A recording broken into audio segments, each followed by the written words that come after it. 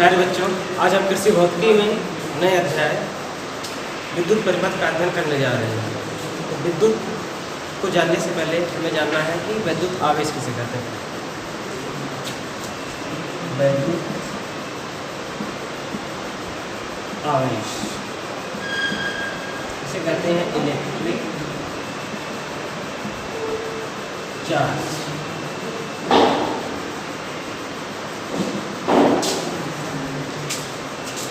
विद्युत आवेश किसी पदार्थ का वह मौलिक गुण है जिसके कारण कोई वस्तु में आकर्षण और प्रतिकर्षण का गुण उत्पन्न हो जाता है। इसे हम कहते हैं विद्युत आवेश। ये आवेश दो तरह का होता है, एक होता है धनावेश और एक होता है ऋणावेश। प्रायः हम देखते हैं जब हमारे बाल सूखे होते हैं, अगर हम उसे कंघी करते हैं तो बाल प्रतिकर्षण के कारण खुल करके मोटे हो जाते हैं। या कभी कभी जब हम सर्दियों के मौसम में ऊनी कपड़े बाहर निकालते हैं तो देखते हैं कि उसकी वजह से हमारे शरीर के जो रोए हैं वो खड़े हो जाते हैं प्रतिकर्षण की वजह से। तो वस्तुओं को इस तरह से घर्षण के कारण आकर्षण या प्रतिकर्षण का जो गुण उत्पन्न उसमें हो जाता है उसे हम कहते हैं आवेशन। और वस्तुओं का ये गुण है आवेशन का, इसे हम कहते हैं आवेश। आवेश आपको बताया गया है, एक धनात्मक होता है और एक ऋणात्मक। अब आवेश आता क्यों है ये भी जान लीजिए। आवेश की उत्पत्ति का कारण, आवेश की उत्पत्ति का मूल कारण है इलेक्ट्रॉन। इसे हम स्मॉल ई से दिखाते हैं, इसे मूल आवेश नहीं कहते हैं। इसका मान होता है 1.6×10⁻⁻19 कूलाम। आवेश का जो SI मात्रक वो है कूलाम। अब हम जानते हैं कि परमाणु मॉडल क्या था, फिर आवेश कैसे आते हैं और कैसे धनात्मक आवेश आते हैं, कैसे ऋणात्मक आवेश आते हैं, ये जानेंगे। जैसे हम जानते हैं कि कोई परमाणु है, उसके बीच में प्रोटॉन प्लस न्यूट्रॉन, दो मौलिक कण है और एक मौलिक कण होता है इलेक्ट्रॉन। इलेक्ट्रॉन के ऊपर हम जानते हैं कि ऋणात्मक चार्ज होता है 10⁻6×10⁻19 कूलाम का ऋणात्मक चार्ज होता है, क्योंकि आवेश का मात्रक क्या होता है कूलाम। और प्रोटॉन के ऊपर जितना इलेक्ट्रॉन के ऊपर चार्ज है उतना ही इसके ऊपर भी चार्ज होता है 10⁻6×10⁻19 कूलाम। फर्क ये है कि ये निगेटिव है और ये पॉजिटिव है। अगर किसी परमाणु से या बाहरी कोश से कोई भी एक इलेक्ट्रॉन बाहर निकल जाए, अगर कोई वस्तु एक इलेक्ट्रॉन खो दे तो वहाँ पे इलेक्ट्रॉन की कमी हो जाएगी, यानी जो ऋण था वो निकल जाएगा, ऋण की जगह पर आ जाएगा आवेश धन। कोई वस्तु जितने ज़्यादा इलेक्ट्रॉन को खोएगी उसके ऊपर उतने ही ज़्यादा धनात्मक चार्ज आएगा। जैसे कोई वस्तु है और इसने 5 इलेक्ट्रॉन को खो दिया, 5 इलेक्ट्रॉन इस वस्तु से निकल गए तो उस वस्तु के ऊपर 5+ चार्ज आ जाएंगे। किसी दूसरी वस्तु ने, मान लीजिए कि कोई दूसरी वस्तु है और उसने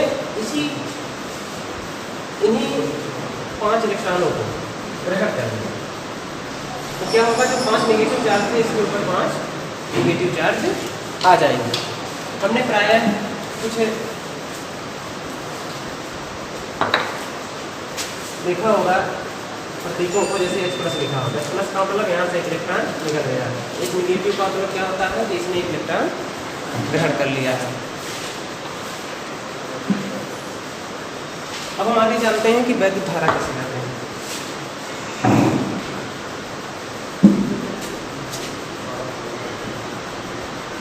वैद्युत धारा किसी चालक पदार्थ में आवेशों के प्रवाह की दर को हम वैद्युत धारा कहते हैं। आवेश क्या होंगे, इसमें फ्लो करते हैं, जाते रहते हैं। तो यही जो आवेश की बहने की दर है इसे हम कहेंगे धारा। अगर किसी पदार्थ में Q कूलाम आवेश 1 सेकंड में प्रवाहित हो तो प्रवाहित धारा होती है 1 एम्पियर। धारा I बराबर होता है Q/T। Q का मतलब आवेश है, T का मतलब समय दर के बारे में बताया गया है तो यहाँ से हम इसकी परिभाषा बना सकते हैं कि आवेश के प्रवाह की दर को हम वैद्युत धारा कहते हैं। अगर किसी पदार्थ में 1 कूलम आवेश प्रवाहित होने में 1 सेकंड लग रहा है, यानी कि 1/1 हो जाएगा, तो प्रवाहित धारा क्या होगी? 1 एम्पीयर होगी। विद्युत धारा का एक और मात्रक होता है जिसे हम कह सकते हैं कूलम बटे समय। I बराबर Q बटे T से। Q का मतलब आवेश, आवेश का मात्रक होता है कूलम, और T का मात्रक होता है समय, समय का मात्रक होता है सेकेंड। तो I मतलब धारा का मात्रक हम एक और बता सकते हैं कूलम बटा सेकेंड। अब चलते हैं विद्युत धारा के बारे में, कुछ टेक्स्ट के बारे में जानते हैं। विद्युत धारा जो है इसका SI मात्रक क्या होता है? इसे हम I से द्वारा निरूपित करते हैं, और इसकी जो दिशा नहीं होती है अदिश होती है, अदिश राशि। ऐसी राशि है अदिश राशि है। अगर हम इसकी विमा निकालें तो क्या हो जाएगा? I बराबर Q बटे T।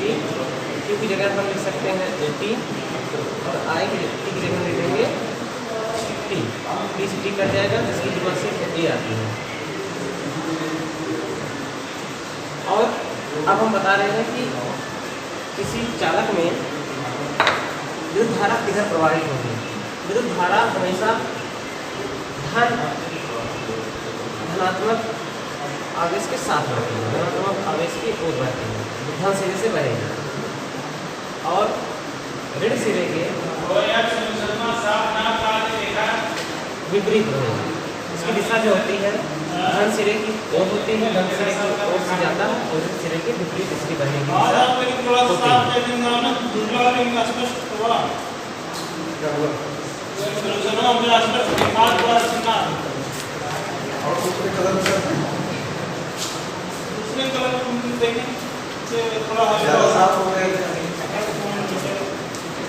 असमान परिच्छेद वाले तारों में प्रत्येक स्थान पर बहने वाली धारा I का मान क्या होता है? समान होता है। अगर असमान परिच्छेद का कोई भी तार हो तो इसमें बहने वाली धारा क्या होगी? हमेशा समान होगी।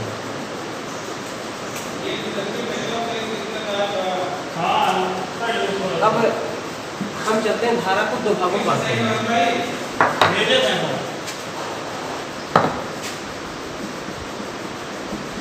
परिमाण एवं प्रवाह के आधार पर वैद्युत धारा को दो भागों में बांटा गया है।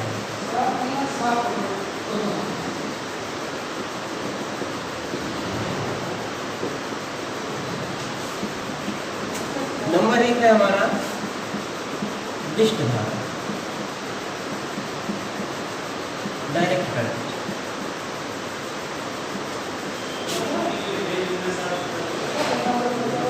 दूसरा है हमारा प्रत्यावर्ती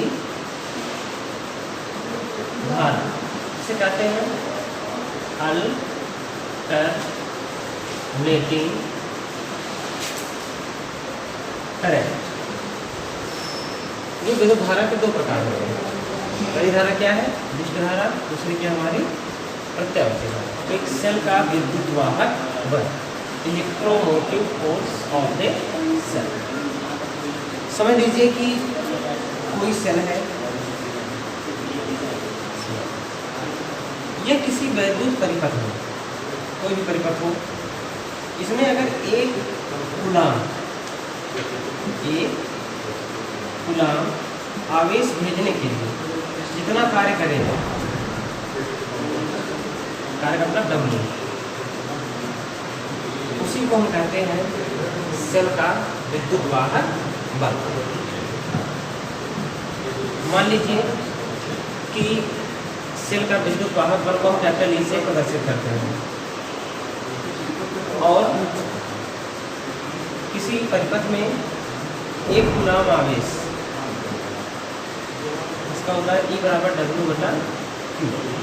मान लीजिए कि परिपथ में 1 कूलम आवेश भेजने में हमने 1 कूलम आवेश किसी परिपथ में भेजा है, तो W बटा हो जाएगा 1। तो इस स्थिति में 1 से अगर हम W भाग करेंगे तो E हमारा W के बराबर हो जाएगा। तो यहाँ से हम परिभाषा खुद बना सकते हैं कि किसी परिपथ में 1 कूलम आवेश भेजने के लिए जितना भी कार्य किया जाता है उसे हम सेल का वैद्युत वाहक बल कहते हैं, इसे इलेक्ट्रोमोटिव फोर्स भी कहते हैं। इसका अगर मात्रक हम निकालें तो क्या हो जाएगा, W बटा Q। W मतलब कार्य का मात्रक होता है जूल और Q का मात्रक होता है कूलम। इसे संयुक्त रूप में वोल्ट भी कहते हैं। अब हम आगे जानते हैं कि वैद्युत क्षेत्र के बारे में। वैद्युत क्षेत्र, वैद्युत क्षेत्र का मतलब जैसे कोई आवेश है, मान लीजिए नेगेटिव है या पॉजिटिव है, तो इसके चारों ओर एक एरिया होगा, एक क्षेत्र बन जाएगा जहाँ पे कोई दूसरा आवेश चाहे प्लस हो चाहे माइनस हो। यहाँ पे क्या होगा, यहाँ पर भी कहते हैं चाहे प्लस हो चाहे माइनस हो। किसी आवेश के चारों ओर का वह क्षेत्र जहाँ पर कोई दूसरा आवेश आकर्षण अथवा प्रतिकर्षण बल का अनुभव करता हो उसे हम पहले आवेश का वैद्युत क्षेत्र कहते हैं। अब जान लीजिए कि जो प्लस आवेश को क्या करेगा, हमेशा प्रतिकर्षित करेगा।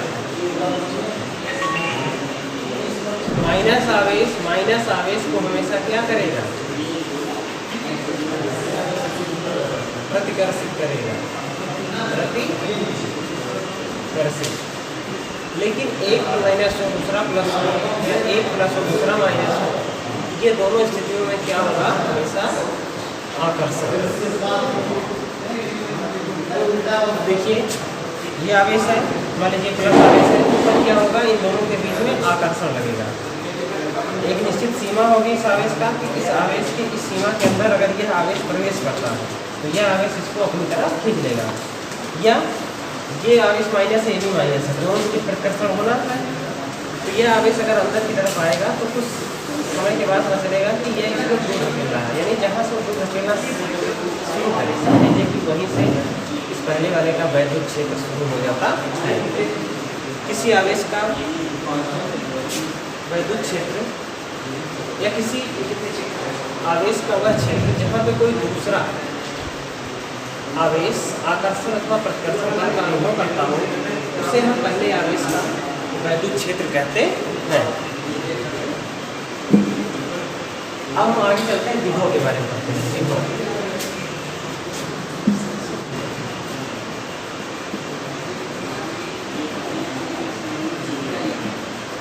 पोटेंशियल, इसे पोटेंशियल भी कहते हैं।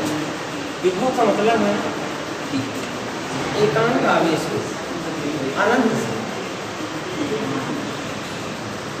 जैसे मान लीजिए कि वैद्युत क्षेत्र है, वैद्युत क्षेत्र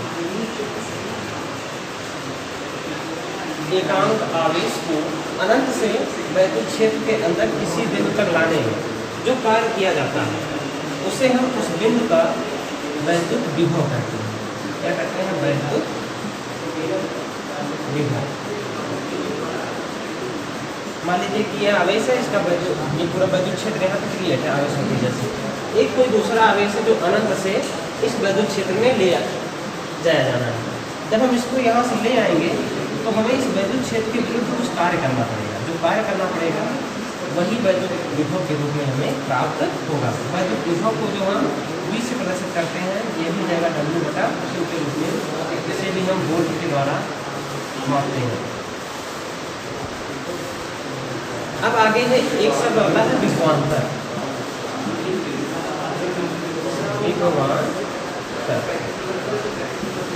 विभवांतर का मतलब है दो विभवों के बीच का जो अंतर है। जैसे यहाँ से यहाँ पर ये विभव मान लीजिए VA है और ये मान लीजिए विभव VB है।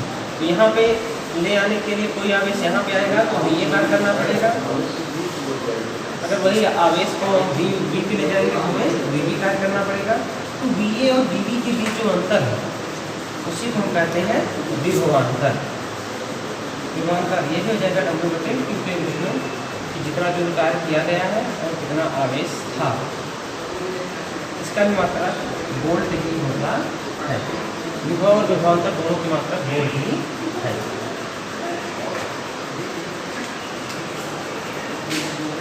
हम जानेंगे विद्युत विभव किधर से किधर प्रवाहित होता है। जिस तरह से उष्मा दो विभिन्न ताप वाली वस्तुओं को जब एक साथ रखा जाता है तो हमेशा उष्मा ऊंचे ताप वाले से नीचे ताप वाले वस्तु की ओर प्रवाहित होती है। ठीक इसी तरह से अगर एक उच्च विभव वाला है पदार्थ और एक निम्न विभव वाला है और इन्हें किसी सुचालक तार के द्वारा आपस में जोड़ दिया जाए तो हमेशा आवेश उच्च विभव से वाले वस्तु से होकर निम्न विभव वाले वस्तु की ओर जाने लगता है और तब तक जाता रहता है कि जब तक इसका विभव दोनों का विभव बराबर ना हो जाए। आगे है हमारा टॉपिक विद्युत प्रतिरोध, इलेक्ट्रिकल रेजिस्टेंस। देखिए विद्युत प्रतिरोध, इसकी परिभाषा हम इस तरह से बता सकते हैं कि कार्यकारी अवस्था में किसी चालक में बहने वाली धारा और उस चालक के विभव के अनुपात को हम कहते हैं विद्युत प्रतिरोध। मान लीजिए इसे हम कैपिटल R से प्रदर्शित करते हैं। कार्यकारी अवस्था में किसी चालक का विभव जो है अगर V हो और उसमें बहने वाली धारा का मान I हो तो कैपिटल R बराबर हो जाएगा V/I। क्रियाकारी अवस्था में किसी चालक के विभव और उसमें बहने वाली धारा के अनुपात को हम विद्युत प्रतिरोध कैपिटल R कहते हैं। इसे वैद्युत परिपथ में इस चिन्ह के द्वारा जोड़ते हैं। जहाँ पे किसी परिपथ में ऐसा चिन्ह आपको दिखाई दे जाए समझ लीजिए कि ये प्रतिरोध को इंगित करता है और इसको प्रदर्शित करने के लिए हम कैपिटल R का सहारा लेते हैं जो अंग्रेजी वर्णमाला के कैपिटल लेटर में लिखा रहता है। आगे हम ये भी जानेंगे कि एक ग्रीक इसका जो मात्रक होता है ओम, ये ग्रीक भाषा का अक्षर है। इसे हिंदी में ओम पढ़ते हैं, ऐसी संरचना बनाई गई है इसे पढ़ते हैं ओम। इससे क्या निरूपित किया जाता है? प्रतिरोध। और विद्युत परिपथ में प्रतिरोध को कैसे दिखाते हैं? बिल्कुल ऐसे। अगर ऐसा कोई चिन्ह आपको दिख रहा है समझ जाइए कि प्रतिरोध की बात हो रही है। प्रतिरोध का मात्रक अगर निकालना चाहें तो विभव का मात्रक क्या होता है? वोल्ट। ये इसको ऐसे लिख सकते हैं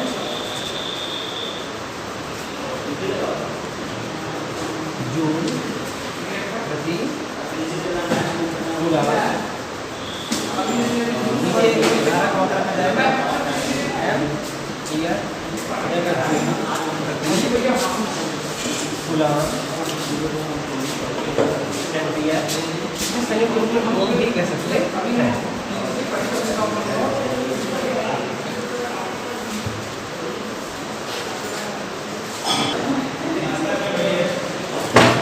चलिए आगे हम विद्युत प्रतिरोध के बारे में जानते हैं। Electrical resistance.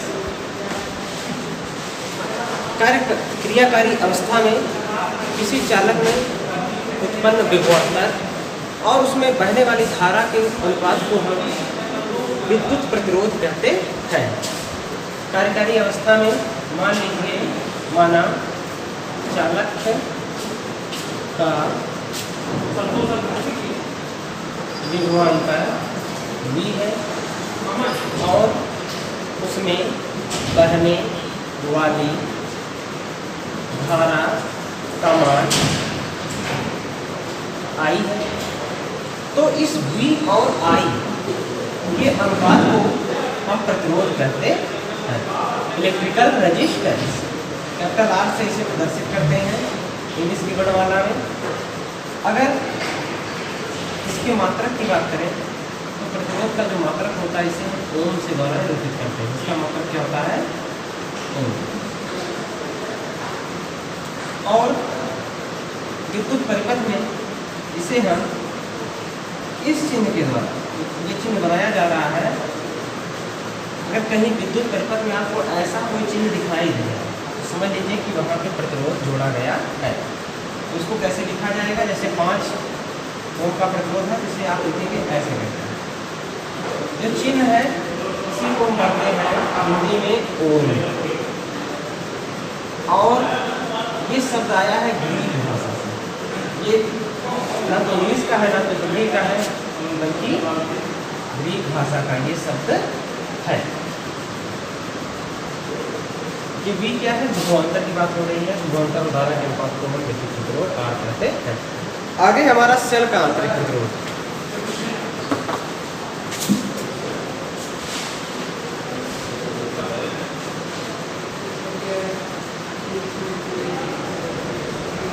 सेल का आंतरिक, सेल का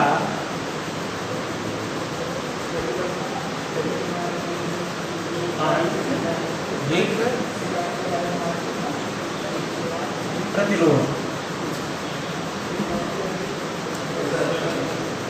सेल में धारा हमेशा धन सिरे से प्रवाहित होती है और ऋण सिरे की ओर जाती है।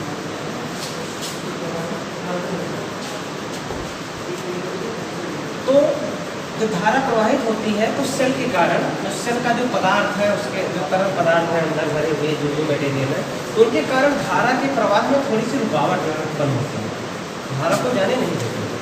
इसी रुकावट को ही हम सेल का आंतरिक प्रतिरोध कहते हैं। इसे हम स्मॉल r के द्वारा प्रदर्शित करते हैं। हमारा टॉपिक है ओम का नियम। ओम ने एक नियम दिया था कि किसी तार में बहने वाली, किसी तार का विभवांतर और उसमें बहने वाली धारा का अगर अनुपात हम निकालें तो ये एक मान निश्चित होता है। इसके संबंध में सन 1826 में जॉर्ज साइमन ओम ने एक नियम दिया था जिसे हम ओम का नियम कहते हैं, और उससे जो निष्कर्ष निकला उसको हम आपको बता रहे हैं। इस नियम के अनुसार यदि किसी चालक तार की भौतिक अवस्था में, भौतिक अवस्था का मतलब जैसे बनावट, पदार्थ, ताप। देखिए भौतिक अवस्था का मतलब बनावट, पदार्थ या उसका ताप में कोई परिवर्तन ना हो तो इस तार का विभवांतर एवं इसमें बहने वाली धारा का मान नियत की जगह हम कह सकते हैं निश्चित होता है, निश्चित होता है। देखिए जैसे विभवांतर मान लीजिए, माना चालक में उत्पन्न विभवांतर V है एवं बहने वाली धारा का मान I है, तो ओम के नियमानुसार, ओम के नियमानुसार क्या हो जाएगा? विभवांतर और बहने वाली धारा का मान जो हो जाएगा निश्चित। क्या हो जाएगा? निश्चित। इस निश्चित मान को ही हम उस तार का प्रतिरोध कहते हैं, जिसे हम कैपिटल R से प्रदर्शित करते हैं। R बराबर यही निश्चित मान है। तो हम इसको ऐसे भी लिख सकते हैं V/I बराबर R, या हम ऐसे भी इसको कर सकते हैं V बराबर I R। अगर हम इसका मतलब ये हमारा R जो है नियत है, निश्चित है, तो पूरी तरह से विभवांतर हमारा किसके ऊपर डिपेंडेंट है, इसके अनुक्रमानुपाती हो गया I के। यानी कि जो विभवांतर है वो हमेशा धारा के समानुपाती होता है इस ओम के नियम के अनुसार। अगर हम धारा और विभवांतर के बीच में ग्राफ खींचे तो देखें वो ग्राफ कैसे हमको प्राप्त होता है।